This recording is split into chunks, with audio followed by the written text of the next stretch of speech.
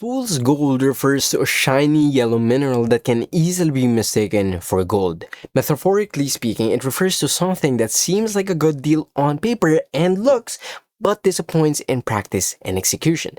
By this definition, the Moondrop Golden Ages fits the description very well with its charming box design, open presentation, great looking case, a planar magnetic driver in a TWS, and the overall appeal of Moondrop as a brand.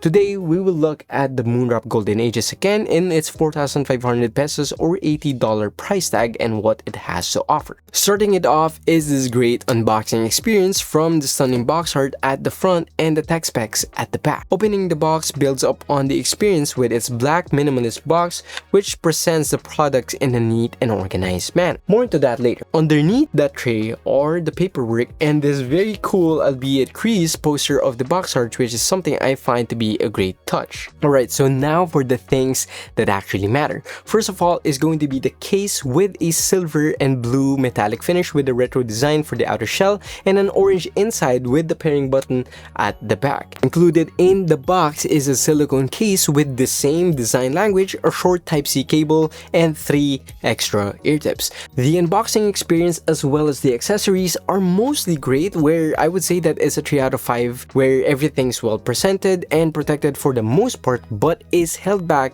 by the cheap feeling ear tips, and it's not really helped by the next thing, the build, comfort, and the shape of the actual TWSs themselves. On the top part of the tray is where the 2 earpieces are placed. The finish is this silver grayish color with orange accents at the top and positive and negative copper pads at the bottom of the unit. Now these also come with pre-installed ear tips and they feel just as cheap as the other ones. For the build of these things, it's mostly plastic, which should be perfectly fine. Plastic is alright, but because of the unapologetically obvious seam lines, it doesn't offer protection for things like the battery, the Bluetooth module, the motherboard, and the 13mm planar magnetic drivers that are housed inside this thing. Pair the seam lines with this large housing and poor build, and you get 3 things: a flimsy feeling earpiece, a non-small ear-friendly shape, and no IP rating, which basically renders this useless for anything more than walking and commuting. Now sure, because of the rounded shape and the light weight of the Golden Ages, they are relatively comfortable.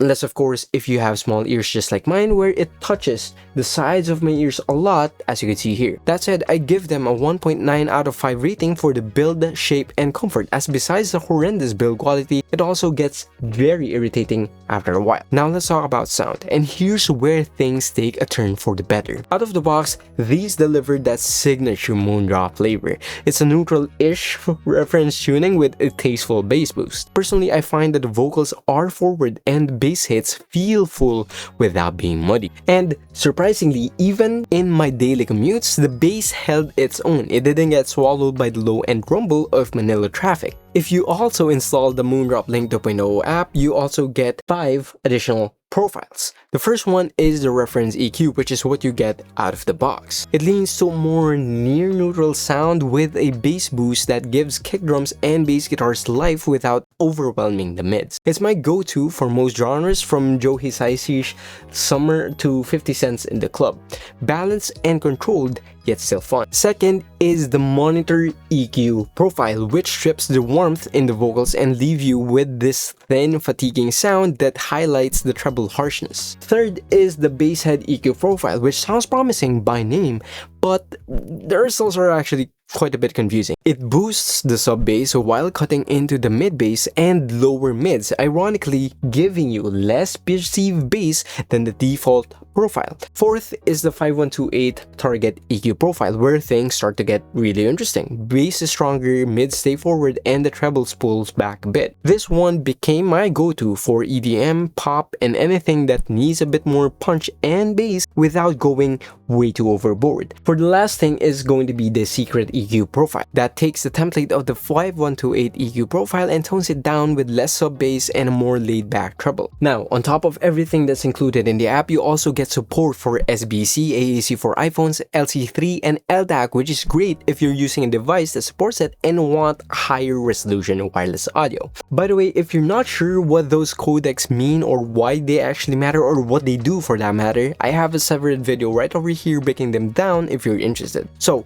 all in all, I rate the tonality and the codec options at a 4 out of 5 as they provide a really great sound with a versatile range of EQ profiles and support for high-res codec. By the way, if you've been enjoying the video so far, please leave a like, comment, and subscribe with the notification bell turned on. I'm aiming for 500 subs by October of 2025 and your support helps a ton. Alright, now the features of the Golden Ages. First, they are small. Relatively speaking, they won't fit in women's jeans, but they are small enough to the point where it won't really bulk up your bag and it can fit like pockets, relatively speaking, like pockets as in bigger pockets.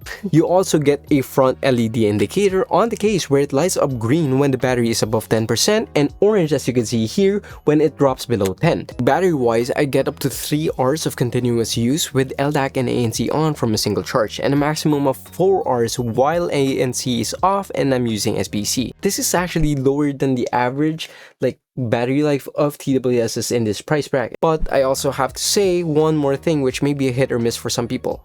It is basically the charging time. You have to wait an hour for them to go from 0 to 100, but I actually don't mind this because they use tiny batteries and the tiny batteries have low voltage and current limits, so slower charging for that matter is going to be beneficial in battery health. I even recommend charging the case through your laptop or PC USB port to prolong battery health. Whether it's the charging time or battery life, I really wouldn't matter too much if I can recharge them for more than just 3 times from 0 to 100 before the case gets drained and charging takes another 1 or 2 hours. Now sure, you could argue that using LDAC with ANC consumes more power, which is true, and I can just go with default settings, but why have these things if I can't even use them without worrying about battery life? In addition to the battery, the Golden Ages is stacked on paper with great things such as active noise cancelling, transparency mode, LDAC and LC3 support on top of the SBC and AAC codecs, touch controls, the Moondrop Link 2.0 app, and a decent case. But that's the thing, these all sound good on paper. The actual experience is another thing. So let's go about this one at a time. The ANC is usable, but it can only filter about 70 to like 75% of noises, which is technically good until you consider air and pops. Air, even while walking, gets picked up and amplified by the microphones on these things, where if you don't have ANC on, you simply wouldn't really hear it. Something I experienced as well that people rarely talk about are the pressure that I feel when I turn ANC on. It doesn't happen all the time, but it happened enough times for me to call it out. Regarding the pop sounds, if there's loud sounds, thuds, or high-pitched noises like bike brakes, you hear it more and it makes this unpleasant popping sound which is irritating at best and painful at worst. Now, on the topic of microphones, you get 2, 1 on each piece. This is not enough. Even the first AirPods had 2 microphones on each side, allowing them to set the standard for ANC, call quality, and transparency in the world of TWS when it was starting out. And something cheaper like the Soundpeats Air 4 Pro have 3 mics on each side. This means that the Golden Ages simply can't compete in ANC, transparency, and call quality. Here's how they sound like.